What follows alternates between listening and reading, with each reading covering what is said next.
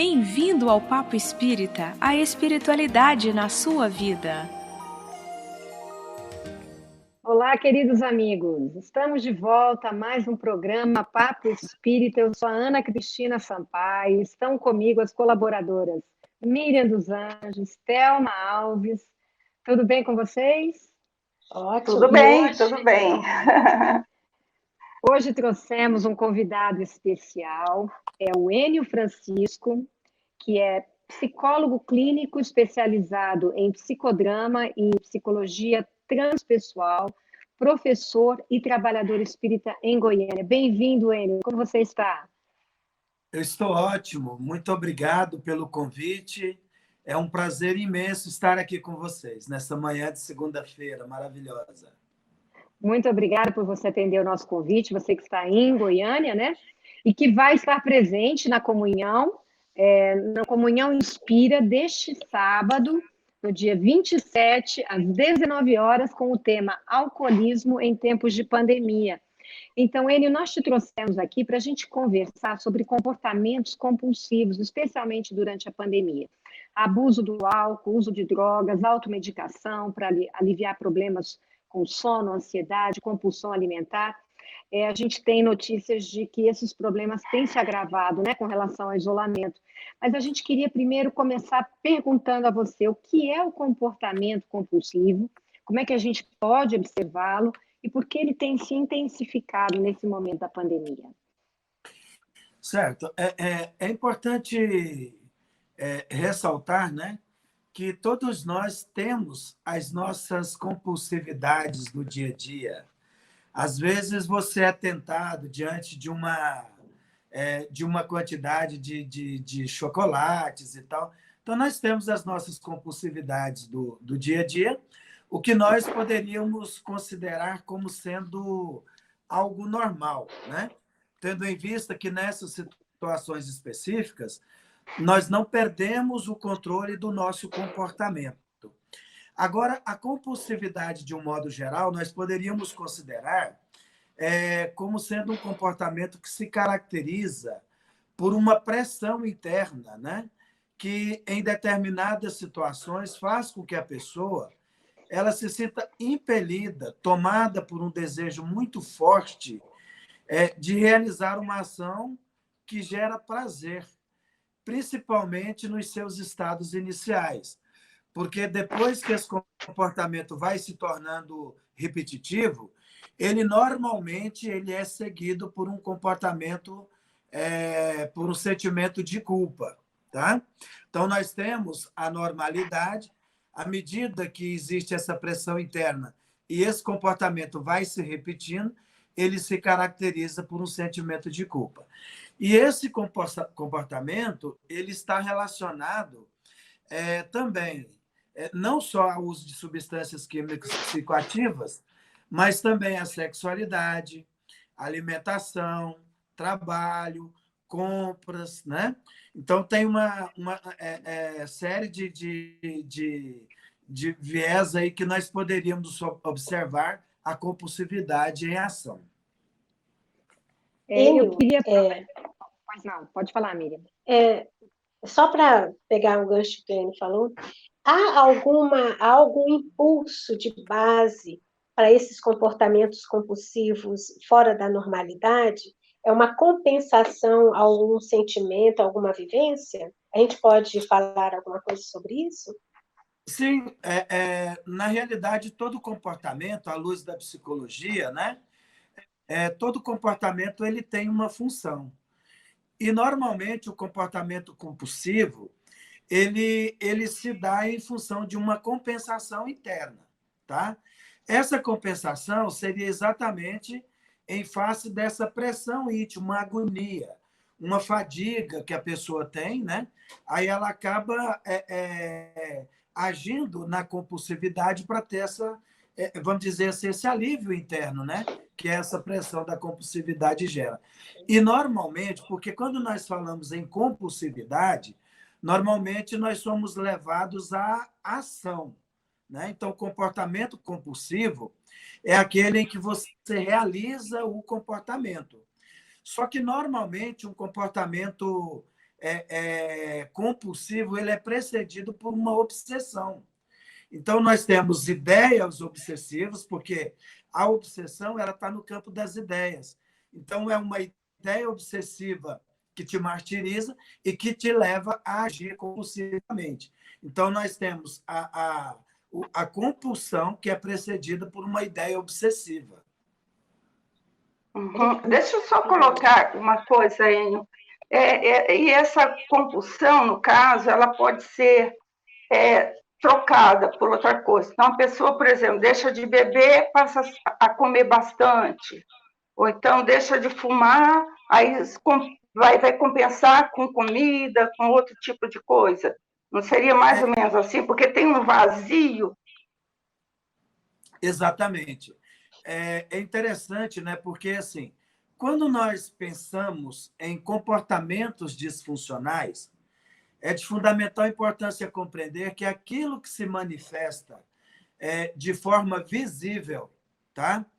Na realidade, não é a doença em si. Isso são os sintomas. Então, o que nós precisamos fazer?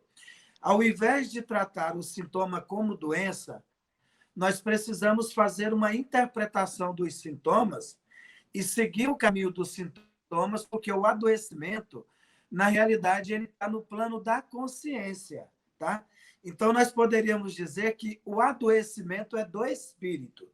Aquilo que se manifesta visivelmente são sintomas que devem ser interpretados, compreendidos, para levar ao locus do adoecimento, que é a consciência humana.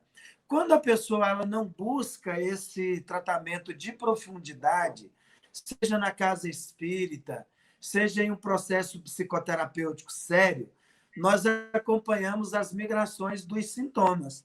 Então, são pessoas que estão em abstinência de substâncias químicas psicoativas, mas que, nesse momento de pandemia, eles migraram sintomas para a alimentação, né?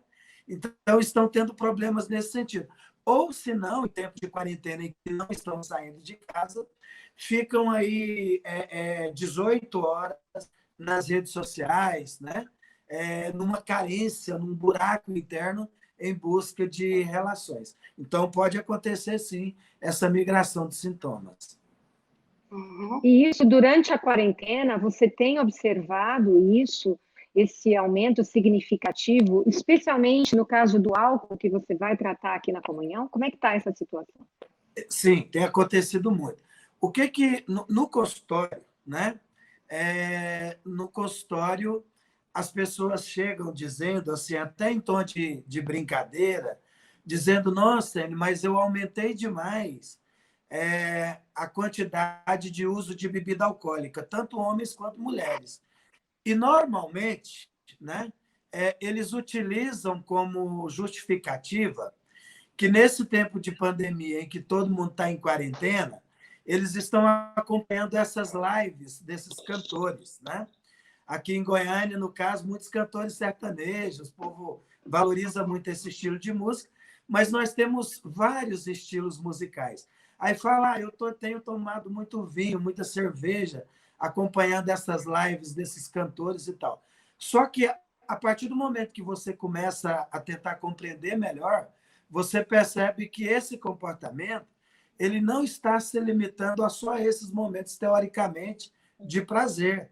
Nesses intervalos, a pessoa também tem aumentado a quantidade de uso de substância. Então, isso é uma coisa que está ficando muito claro para nós. E não somente, porque o que acontece? Antes, um pai ele ia beber no bar. Agora, além de fazer o uso constante dentro do lar, tem envolvido outros membros da família nesse comportamento, inclusive adolescentes, que os pais estão dando liberdade para beber, com a ideia de confraternização familiar. É grave, então, né? É muito sério. Aquele jovem que não iria para um bar, ele está participando desse momento como se fosse um relax, assim, em casa, às vezes de forma bem desregrada, né? Exatamente. E a gente sabe que esses vícios, de toda a ordem, eles trazem muitos problemas graves problemas espirituais, né? Então, eu queria que você explicasse como funciona a terapêutica espírita para auxiliar nesse momento, essas pessoas que estão sentindo esses problemas de compulsão. Certo. Bom, comportamentos compulsivos, né? Quando eles chegam a ser diagnosticados mesmo como um adoecimento, nós precisamos compreender, eu costumo dizer assim, que todo problema que está relacionado ao campo psíquico, né, a psique, que na realidade do grego é a alma, são problemas de causas e efeitos pluridimensionais.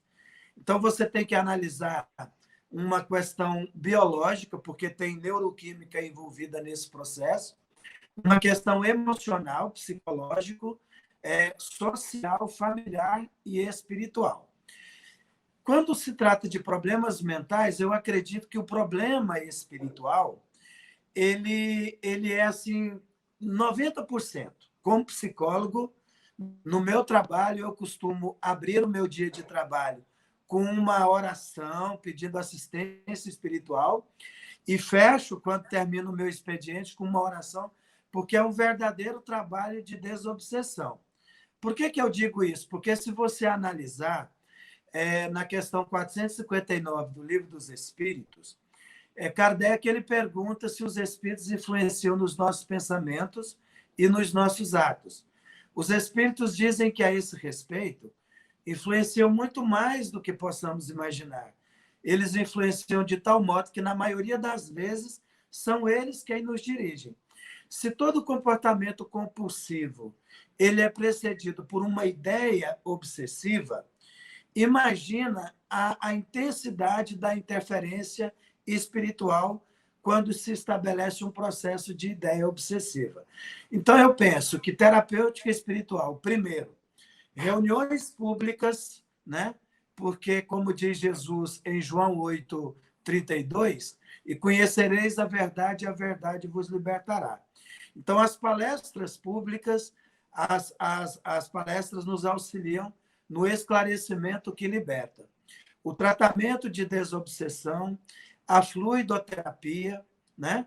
Os grupos de apoio que existem nas casas espíritas, por exemplo, como nós temos na Comunhão, aqui em Goiânia, na Irradiação Espírita Cristã, eu trabalho numa atividade que chama-se CAF, que significa Círculo de Acolhimento Fraterno. É uma terapêutica que nós utilizamos recursos da psicologia, porém, à luz da doutrina espírita, tendo como direcionamento o livro Fonte Viva. E acontecem resultados, né, fenomenais. É um trabalho curto com cada pessoa, mas são resultados fantásticos, né? Então, é isso aí, a fluidoterapia, a evangelioterapia, o tratamento de desobsessão e o esclarecimento. Enio, como a Ana falou há pouco, o problema da compulsão, já indo, né, para a questão com o olhar da enfermidade, ela também envolve a família.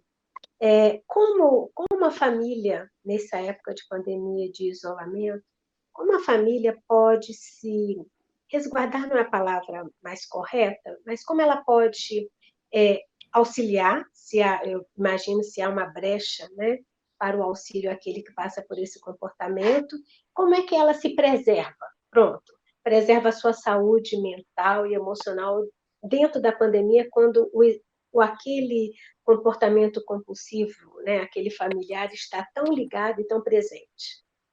Certo. Olha, eu acredito que uma das formas, né, que a família tem para se preservar é exatamente buscando também, nós estamos falando de universo que nós lidamos, que é o universo espírita, né? É a família buscar ajuda, por exemplo, através do atendimento fraterno online, né?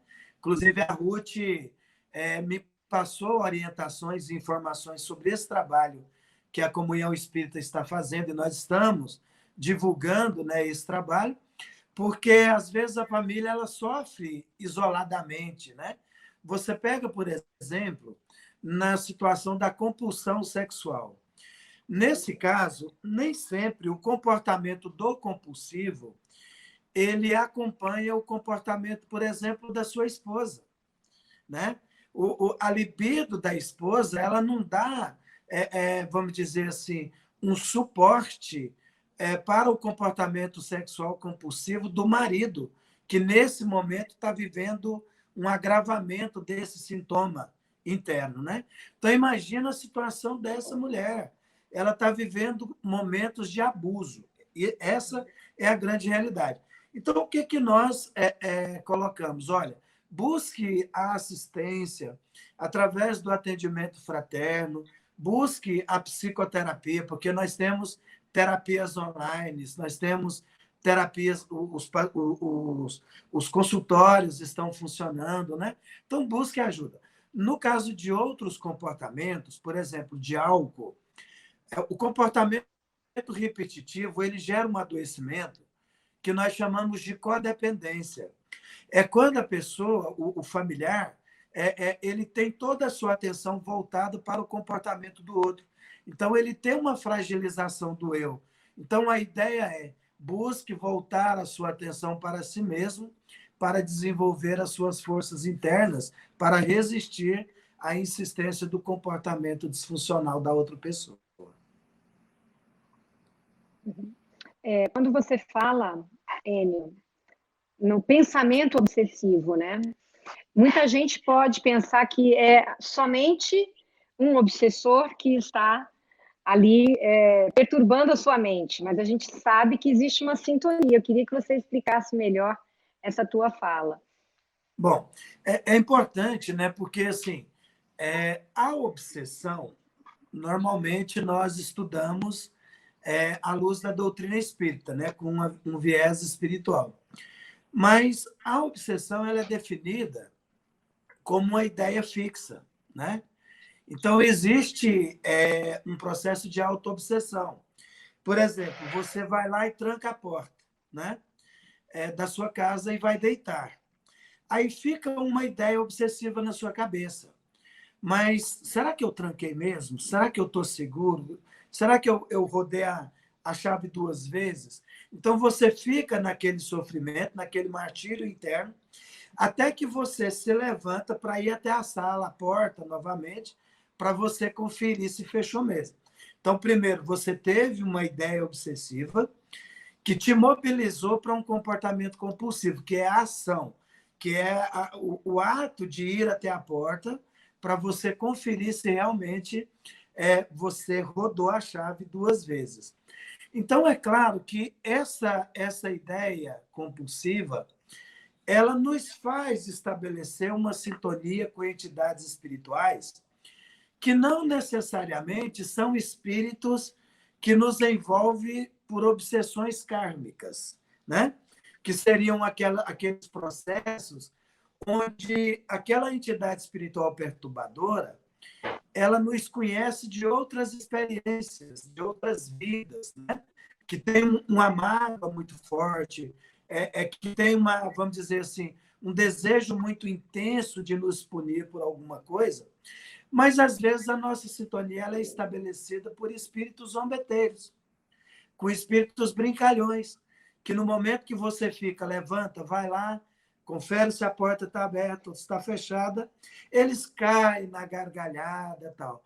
Então, o que acontece? O ideal, né, diante desses problemas, para quebrar a sintonia, é pegar ali um livro, fonte viva, fazer uma leitura, né, estabelecer novos pensamentos, porque, como diz o Rodolfo Caligares, no livro Páginas de Espiritismo Cristão, pensar é vibrar.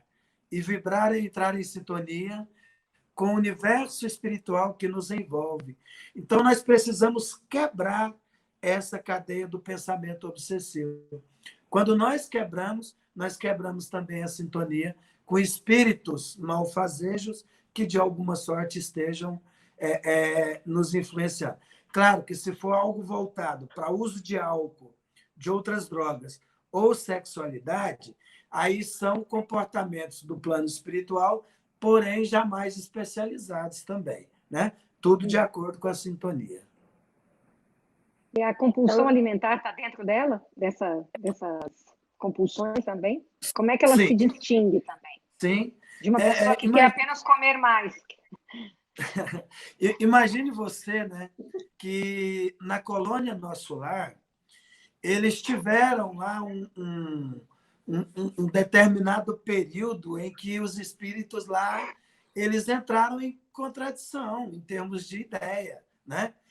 Em contradição de ideias políticas mesmo, né? Como se fosse direita e esquerda, como nós estamos vivendo atualmente. Só que o foco da problemática lá era a alimentação, né? Porque alguns queriam alimentos mais condensados, outros alimentos, vamos dizer assim, mais líquidos e tal, mas o fato é que eles entraram nessa discussão por longos anos. Isso na colônia Nosso Lar. Agora, imagine você aqui no nosso dia a dia, onde um desencarnado compulsivo por alimento, para satisfazer a sua ânsia, o seu vazio interno, ele precisa de alguém que está ligado, que está no corpo, porque ele precisa das sensações. Então, sim, eu tenho observado isso aí com uma certa frequência, tanto pela evidência quanto pelo atendimento no consultório mesmo. Uhum. Miriam, você estava falando alguma coisa? Não, é interessante porque às vezes a gente também não se dá conta de determinados movimentos, comportamentos nossos compulsivos também. Né? A gente acha que é natural, não, porque está mais frio, vou beber uma coisa mais quentinha, ou vou me alimentar, vou comer mais doce, mais chocolate, né? E durante essa conversa, eu estou percebendo que a gente tem que estar muito atento a nós mesmos, né? O que é normalidade, não perante o nosso padrão, porque quando está adoecida, a normalidade é a nossa anormalidade, né? Mas o quanto a gente tem que estar centrado no que a gente pensa, quanto a gente tem que estar centrado nos nossos comportamentos, e principalmente, né, qual é a intenção, porque a gente justifica muito bem as coisas, por causa do frio, por causa da tristeza, por causa da briga, uma série de coisas, né? Mas tem que estar centrado não só no que a gente pensa, mas qual é a intenção daquele ato, se for possível, tirando as nossas justificativas plausíveis e aceitáveis, né? Eu observo muita gente fala assim, mas estamos presos aqui no isolamento, não tem nada, eu comer uma caixa de chocolate, ou, sei lá, tomar uma garrafa de vinho, né? Não estou saindo. Então, é uma língua bem tênue o controle que a gente... E todo mundo acha que tem controle, né? As pessoas sempre acreditam que param a hora que querem, que modificam. Só que eu gostei de uma fala que você disse lá no começo, que é quando aquilo te domina, né? Só que até a gente perceber, é difícil perceber isso, Enio? Quando você está dominado pela compulsão? Olha, é difícil, né? Porque, assim, quando se trata de comportamentos viciosos, de um modo geral, né? Desde o campo da alimentação, da sexualidade, do uso de substâncias químicas psicoativas, como álcool, cigarro e drogas ilícitas, a maior dificuldade que nós percebemos ela está no campo da aceitação. Quando um alcoolista ele reconhece, ele aceita que realmente ele está adoecido e que ele tem uma impotência perante a substância, ele já deu assim, um passo significativo na direção do alcance da cura desse comportamento. Então, é difícil, sim, a pessoa aceitar, né, que está precisando de uma ajuda e que esse comportamento está sendo prejudicial. Porque nós temos essa ideia egóica, né? Essa prepotência de que nós temos um controle sobre tudo. Em dados momentos, nós temos que ter a humildade para reconhecer que nós não temos o controle sobre tudo, que aquele comportamento ele está nos dominando, porque ele está repetitivamente acontecendo, nós perdemos o controle, então eu tenho que ter a humildade. O Evangelho segundo o Espiritismo diz que nós precisamos viver na Terra conforme os homens do nosso tempo, né? Mas, ao mesmo tempo, nós temos uma doutrina que tem um viés filosófico. E Aristóteles ele faz uma definição muito interessante de filosofia, quando ele diz que filosofia ela implica no abandono do senso comum e no despertar da consciência crítica. E isso só é possível pelo patos, que é a capacidade de espanto, né? De indignação.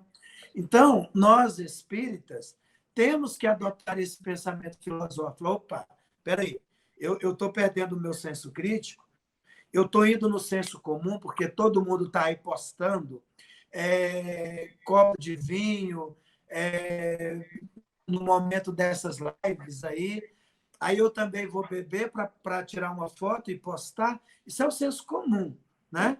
Espera aí, como é que é o pensamento crítico que a parte filosófica da doutrina nos cobra? Cadê a minha capacidade de espanto, a minha capacidade de indignação em relação a determinados comportamentos? Então, acho que para o espírita o comportamento tem que ser outro. Eu só queria colocar a questão quando a pessoa está no processo de compulsão assim bem crítica, ela até fala que ela vai parar quando quiser, né? Ela costuma colocar isso. Não, eu estou bem, eu vou parar quando eu quiser. Então, assim, ela ainda não se assumiu como tal, né? Então, isso assim é muito, né? Gera um conflito muito grande, né? No contexto familiar, né? Exatamente. E é interessante, né? Porque quando você coloca dessa forma, eu me lembro muito dos trabalhos que nós desenvolvemos com dependentes químicos. A dependência química, didaticamente, ela se divide em dependência física e psicológica, né? E ela é caracterizada por um sofrimento que nós chamamos de síndrome de abstinência, tá? Quando a pessoa cessa o uso da substância, então ela tem um sofrimento, que é essa síndrome de abstinência. Por esse motivo, ela vai usando comportamentos de racionalizações. O que é a racionalização? É você encontrar justificativas para um comportamento, mas justificativas que não são reais.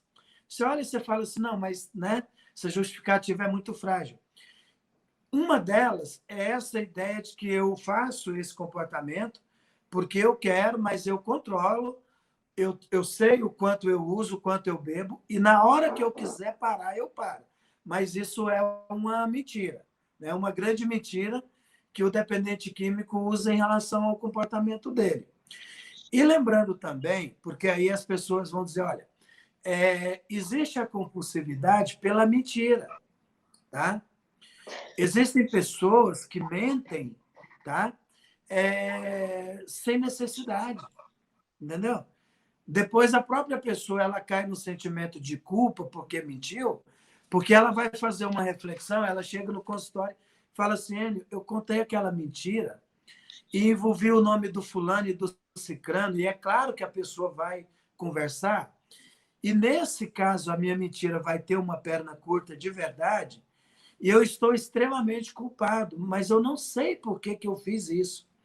A questão é, quando você tem o uso da substância química, da maconha, do álcool, da cocaína, você tem uma reação química, uma química externa que age na sua química interna. No caso desses comportamentos viciosos, como a fofoca, como a mentira compulsiva, né? Você também tem uma reação química, você tem uma liberação de substâncias neuroquímicas que te gera prazer.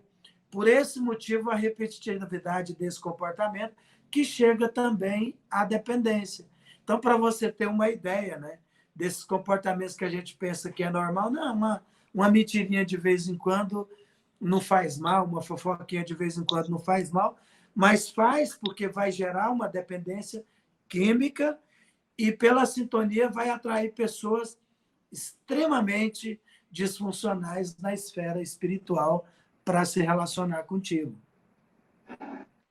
É bom lembrar disso também, dos comportamentos da gente, que parece que é tudo socialmente aceito, né? E causam grandes prejuízos e a gente nem percebe que isso é um comportamento compulsivo, né? Parece que é uma coisa comum.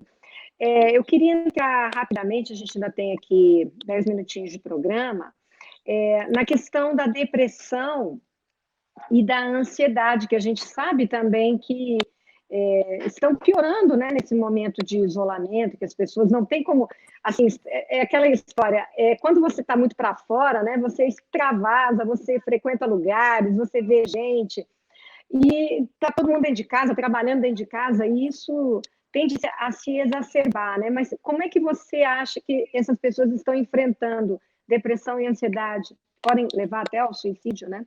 Dentro Uhum. de casa. Sim, olha só. É importante, o que eu tenho observado é que tem acontecido muito assim, uma acentuação de sintomas. Pessoas que já têm assim, uma tendência depressiva, né? Então, é claro que esse sintoma, que é a depressão, ela tem se acentuado muito nesses tempos de pandemia. E é claro que, mais uma vez, eu coloco que isso acontece em função da maneira como as pessoas interpretam esse momento que nós estamos vivendo. Tem uma frase de Epicteto, que foi um filósofo estoico, mas essa frase dele representa muito o pensamento dos estoicistas, dessa linha da filosofia que é o estoicismo, que diz assim: o que incomoda os homens não são as coisas em si, mas a forma como eles as interpretam. Então, nós estamos assim entregues a uma situação em que, vamos dizer assim, de forma planetária, está todo mundo perdido, né? Porque a ciência diz uma coisa, os políticos dizem outra, a imprensa diz outra. Então, nós não sabemos, na verdade, assim, como seguir, a quem seguir. Nós temos que fazer a nossa parte, mas para quem está vivendo uma vida normal, né, do ponto de vista psíquico, tudo bem, você vai interpretando isso de forma mais serena, tranquila. Mas para quem já vinha convivendo com esse sintoma, é claro que essa coisa de estar perdido, ela tem um medo. O medo eleva o nível de estresse. E esse nível de estresse elevado, ele vai levar também a esse comportamento ansioso, né? E é claro que também ao processo depressivo. Porque a depressão, nós temos um tipo de depressão, que é a depressão endógena ou melancólica, que é aquela em que a pessoa tem uma base orgânica para o problema. Mas nós temos, por exemplo, a depressão primária e depressão secundária, né? Nós temos depressões reativas, que é aquela depressão que vem em função de um sofrimento que a pessoa está vivendo na vida familiar, na vida profissional. Então, tem aumentado, sim, esses sintomas na atualidade. E eu queria que, então, você deixasse para a gente, estamos aqui caminhando para o final do programa, como você orienta as pessoas que assistiram ao nosso programa, se identificaram, resolveram parar para pensar em alguma atitude que estejam tomando que possa ser alguma atitude compulsiva ou ansiosa. O que você orienta a essas pessoas fazerem a partir de agora? Olha, eu entendo que uma coisa assim, uma característica muito comum, né, para quem está vivendo um tipo de adoecimento, como compulsividade, seja por o que for, uma das características que está na base de todas as compulsões é a procrastinação, né? Eu reconheço que eu estou sofrendo, mas eu vou, vamos dizendo assim, procrastinando em relação ao momento exato de buscar uma ajuda.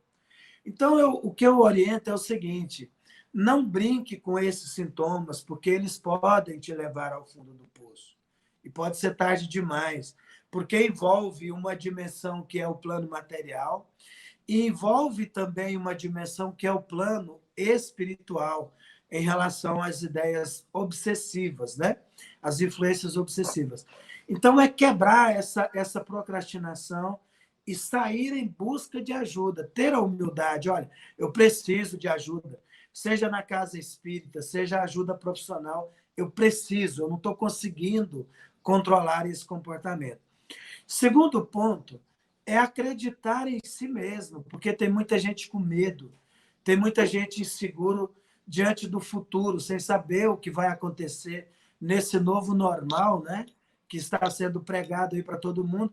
Então, tem uma passagem que está no Evangelho segundo o Espiritismo, no capítulo 19, se não me falha a memória, no item 12, quando o Espírito Protetor ele diz assim, eu repito, a fé é humana e divina, e se todos os homens estivessem bem persuadidos da força que trazem em si, e se usassem essa força a serviço da vontade, seriam capazes de realizar coisas que até hoje são chamados de prodígios, mas que nada mais são do que o desenvolvimento das potencialidades humanas. Então, o que eu coloco é o seguinte, nós não sabemos o que vai ser esse novo normal, nós não sabemos o que vem por aí, né? Eu considero que nós precisamos nos preparar para muita coisa. Eu acho que essa pandemia é um início, porque nós estamos num momento de transição planetária e estávamos muito tranquilos, questionando, mas transição planetária, mas tudo nada muda, todo mundo tranquilo, não tem nem um abalozinho qualquer para fazer as pessoas refletirem. Então, eu acho que essa pandemia veio para avisar, olha, se preparem, porque muita coisa vem aí para vocês refletirem sobre o sentido da existência, né? Então, acredite em si mesmo, como diz o Espírito Protetor. Nós somos seres de potencialidades. Não adianta ficar orando o tempo todo se você não acreditar no potencial que você tem. Então, saia, pare de procrastinar, vá em busca de ajuda e seja útil, de alguma forma, para aqueles que estão sofrendo mais do que nós mesmos. Muito bacana. Miriam, Thelma, querem comentar? Não, até, eu acho que é importante o que o Enio colocou, até para ser adotado para aquelas pessoas que se colocam no papel de codependente nesse processo de, né, e no dependente. Então, assim, cada um dentro dos seus papéis se reconhecer, porque o orgulho, nesse caso, né, é uma fonte, assim, muito forte de cada um se reconhecer na situação que se encontra, né? Então, a partir do momento que eu sei que um poder superior está acima de mim, então eu posso me agir, né? Começar a agir, não reagir, né, Enio? Que eu acho que é muito importante nessa situação, e pedindo a Deus para nos sustentar, nos conduzir da melhor forma possível, né? Exatamente. É interessante o que você colocou, desculpa antes de passar aqui para a Miriam, né? Você colocou assim, agir e não reagir, né? Sim. Eu achei muito interessante, porque assim, o comportamento codependente, ele também se caracteriza pela capacidade de reagir. Então, você nunca está criando um comportamento novo, espontâneo. Você vai perdendo essa capacidade. Você sempre está na reatividade. Então, se o dependente ou se a pessoa que é o seu foco de atenção, ela está bem, você também reage estando bem. Se ela está mal, você reage estando mal. Se ela está bebendo, a sua reação é estar em sofrimento. Então, é isso mesmo.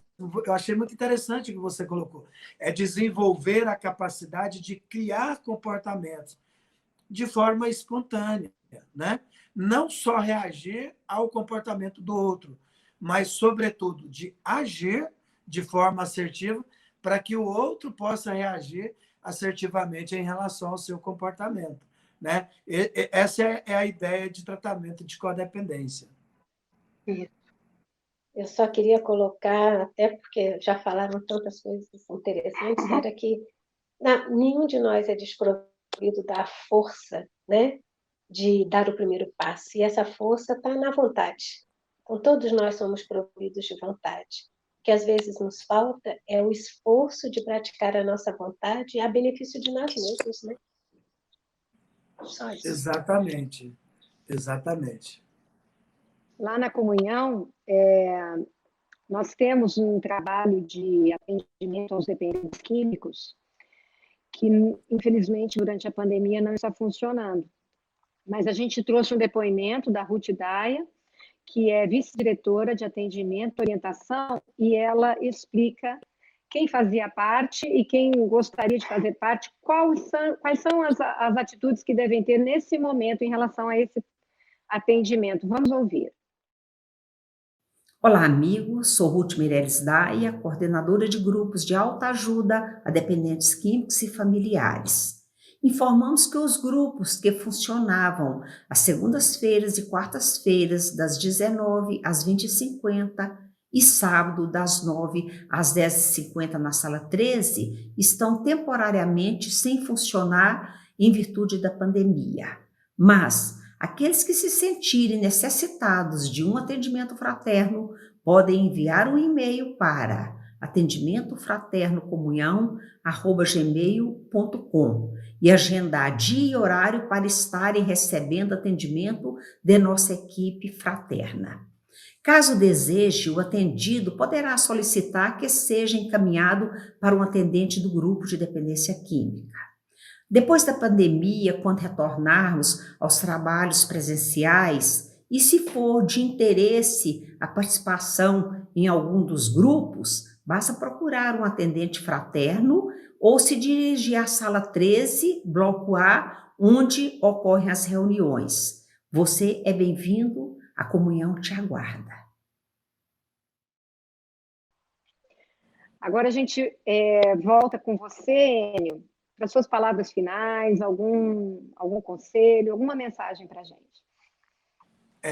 Nas minhas palavras finais, eu quero aproveitar, né, dentro dessa sintonia, quando a Miriam ela fala assim, de darmos o primeiro passo. Né? Eu achei muito interessante e usar a nossa força a serviço da vontade, né? Desenvolver a vontade de promover as mudanças. Aí eu me lembro de Jesus, quando ele diz, né? Batei a porta e a porta abrir-se-vos-á. Buscai e achareis. Então, vamos sair dessa zona de conforto, né? Porque quarentena, pandemia, nos colocou, de certa forma, numa inércia. Então, está todo mundo ali parado, sem muita coisa para fazer, tudo fechado, né? Então, vamos bater a porta. Jesus ele nos diz assim, fica aí na sua zona de conforto, que nós vamos colocar a porta na sua frente. Entende-se que você tem que sair do seu sofá, tem que caminhar em direção à porta. Você tem que buscar, se você quiser, encontrar alguma coisa. Buscar e achareis. Então, vamos sair dessa inércia, né? Dessa coisa obsessiva, e vamos caminhar em busca de uma ajuda, porque tem muita coisa boa nos aguardando aí. Enio, muito obrigada pela sua participação, sua disponibilidade. No início do programa, eu avisei, né, eu informei que o Enio vai estar na live da comunhão, na live não, numa live, né, numa apresentação, numa palestra, no próximo sábado, pelo projeto Comunhão Inspira, sábado, dia 27, às 19 horas, falando sobre alcoolismo em tempos de pandemia. Fica aí o convite para assistirem ao Enio e, de repente, fazerem suas perguntas também pela internet. Miriam e Thelma, muito obrigada. E a você. Acho que o Enio quer colocar. Acho que o Enio quer colocar alguma coisinha. Eu só quero deixar uma coisa clara para vocês aqui, né? Porque quando você me perguntou o tema, tá? Eu respondi assim meio que compulsivamente. O tema de sábado, né? Porque não estava aqui na minha cabeça, não, na hora que você me perguntou.